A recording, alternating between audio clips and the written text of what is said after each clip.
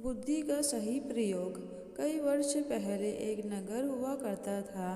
उसी के पास एक घना जंगल था जहाँ हजारों हिरणों का एक समूह रहा करता था। हिरणों के राजा के दो पुत्र थे, जिनमें से एक का नाम लखन और दूसरे का नाम काला था। जब राजा बहुत बूढ़ा हो गया तो उसने अपने दोनों बेटों को उत्तराधिकारी घोषित कर दिया। दोनों के हिस्सों में 500-500 हिरण आए।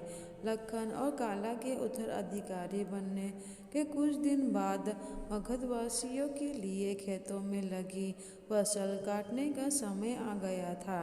इसीलिए किसानों ने फसल को जंगली जानवरों से बचाने के लिए खेतों के पास कई तरह के उपकरण लगा दिए, साथ ही खाइयों का निर्माण करने लगे। इसकी जानकारी मिलते ही हिरणों के राजा ने दोनों बेटों को अपने अपने समूह के साथ दूर सुरक्षित पहाड़ी इलाके में जाने के लिए कहा। पिता की बात सुनते ही काला तुरंत अपने समूह के साथ पहाड़ी की ओर निकल गया।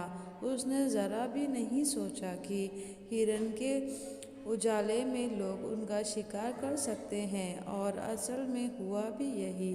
रास्ते में कई हिरण शिकारियों का शिकार बन गए। वही लखन बुद्धिमान मुख था, इसीलिए उसने अपने साथियों के साथ रात के अंधेरे में पहाड़ी की ओर निकलने का फैसला किया और सभी सुरक्षित पहाड़ी तक पहुंच गए। कुछ महीनों बाद जब फसल कट गई तब लखन और काला वापस जंगल लौट आए। दोनों समूह के साथ वापस लौटे तो उनके पिता ने देखा कि लखन के समूह के सारे मृग साथ हैं और काला के समूह में हिरणों की संख्या कम थी। इसके बाद सभी को लखन की बुद्धिमत्ता के बारे में पता चला, जिसकी सभी ने प्रशंसा की।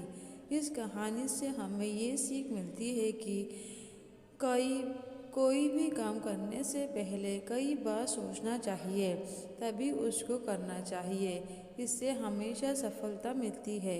ऐसे ही और भी दिलचस्प कहानी सुनने के लिए मेरे चैनल को लाइक, शेयर और सब्सक्राइब कीजिए।